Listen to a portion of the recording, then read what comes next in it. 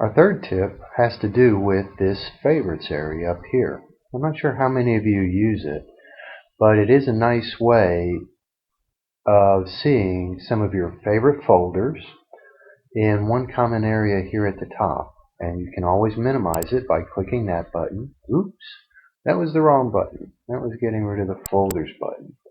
Click this button and that will minimize your favorites. Click it again, we'll expand it. If you have something up there that you really don't care about, you can always right click and say remove from favorites. Now that doesn't get rid of the folder in your main mailbox, it simply takes it out of your favorites.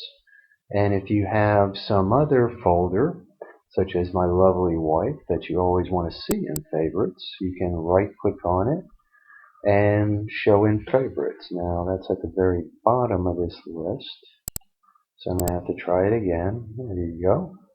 Show in favorites, and now you can see that folder is now part of my favorites.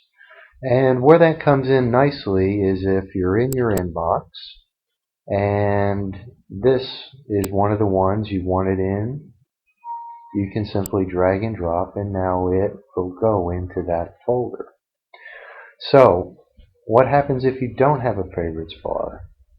You want to go up to your navigation pane and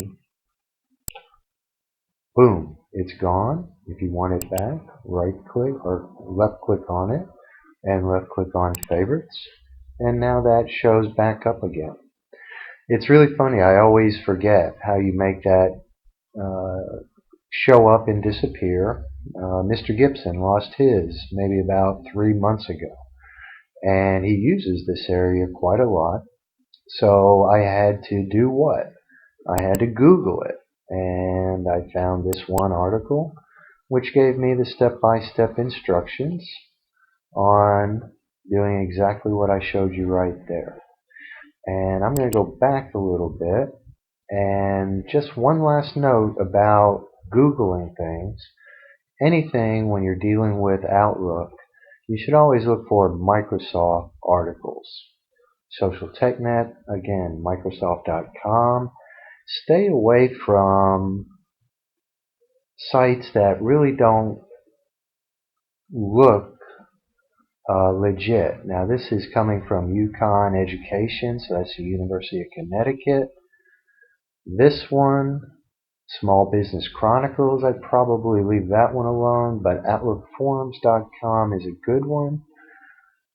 CoNext, we'll cover Googling in one of the later videos, but there are quite a lot of sites that will appear in a Google search that you really ought to stay away from. So the one rule of thumb is when you are Googling about Outlook, Word, or Excel, always look for links that go to Microsoft.com because you can always trust those.